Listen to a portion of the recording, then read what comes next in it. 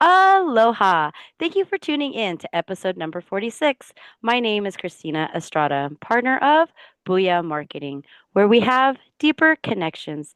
Today, our honored guest is David Bruce Leonard, author, acupuncturist, expert in tropical edible and medicinal plants. How are you, David? Good. How you doing? Fantastic. Thank you. So, today we're going to talk about prostate. What can you tell us about prostate health? Prostate health. Well, yeah. As a practitioner, I see a lot of people. Many of them are men, and the prostate health. As men get older, it's a concern because there's always a risk of prostate cancer. As men get older, the risk increases. Um, my understanding is most prostate cancers are quite slow growing. So sometimes it's when a man has prostate cancer, the recommendation is to have the man just wait and see, just to monitor it, because oftentimes the man would die before the prostate cancer would kill him. He would age out of the illness. But the prostate is it's a walnut-sized gland, and it sits just below the bladder, the urinary bladder, and urine passes into the genitals through the prostate, but the prostate also provides seminal fluid for semen. So when a man is aroused, the sperm comes from the testicles, and the sperm will go from the testicles into the prostate, and it mixes with prostatic fluid, or from the vas into the mixes with prostatic fluid, and then that's the liquid that sperm swim in.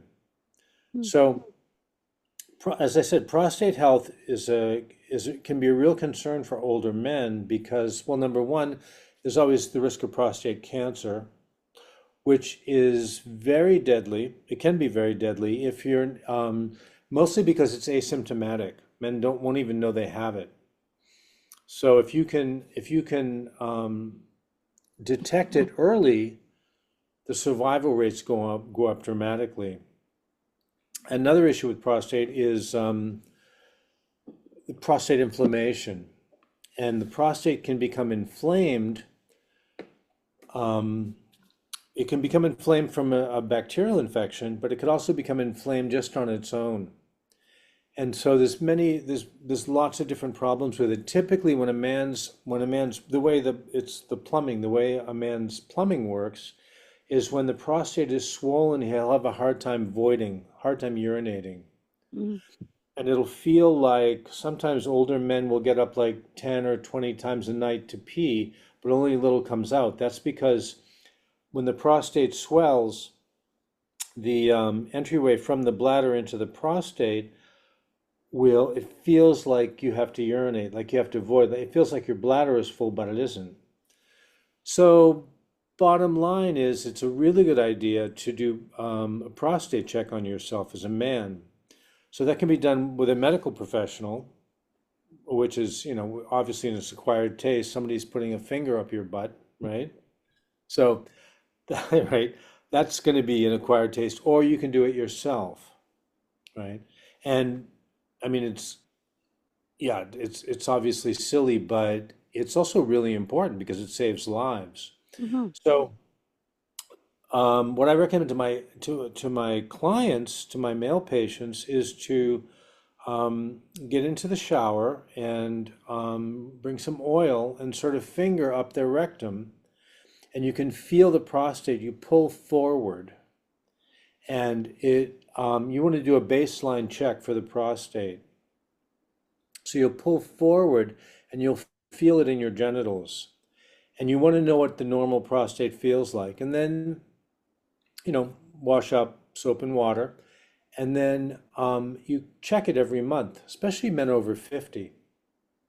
And if anything changes, then then you'll know to go get checked by a medical professional. So it's like a breast check for women. It's like women will check their breast once a month for lumps.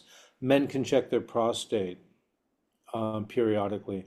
There are lots of different herbs for prostate health. There's pumpkin seed skins and saw palmetto and many, many different herbs for that. Um, my understanding also is that some of the erectile dysfunction drugs are used for prostate inflammation too, and I'm not sure the mechanism of that, but things like Viagra and Cialis and stuff are used for that also to reduce prostate inflammation. Really? Um, yeah. Now, another way of another way of dealing with the prostate without checking it internally is to like do a shoulder stand and cross your legs. So you're compressing the perineum, which is the area between the testicles and the anus, and you cross your legs. The Taoists would do a practice where they would pull up on the perineum, which is the area at the very base of your pelvis, and they would do that as an exercise. Women, you would call it Kegels, and a man, but it's the same idea. You're tightening and lifting, and that will keep that area healthy. When you have blood and lymph flowing through tissue, it tends to be healthier. If it gets stagnant, then it tends to be not as healthy. Same thing with what the Chinese call qi and blood. If you get qi and blood moving through an area, that tissue is going to tend to be healthier than if not. So you could do prostate massage on yourself, you can do a scissor action with your legs, or you can get checked, or your partner can do it. Your partner can do a prostate check on you too. So anyway, and it's especially important because there are a lot of people doing, or a lot of men these days are doing Taoist practices of withholding from ejaculating. Now, ejaculating generally is good for the prostate because it flushes fluid through it, keeps it from getting stagnant. The Taoists and some tantric practitioners will withhold ejaculation in order to enhance health and vitality. You can do that. There's an upside to that in that it increases testosterone in the body, which makes men tend to be healthier. But it can also cause prostate problems if you do that incorrectly. So men that withhold from ejaculating are best. If you're going to withhold from ejaculation, it's a good idea to do prostate massage on yourself or have your partner do it. Mm. So that's a real conversation stopper, isn't it? Yep. Yeah. So that's what I know about prostate. Like I say, there's a lot of herbs you can use. There's Euryalus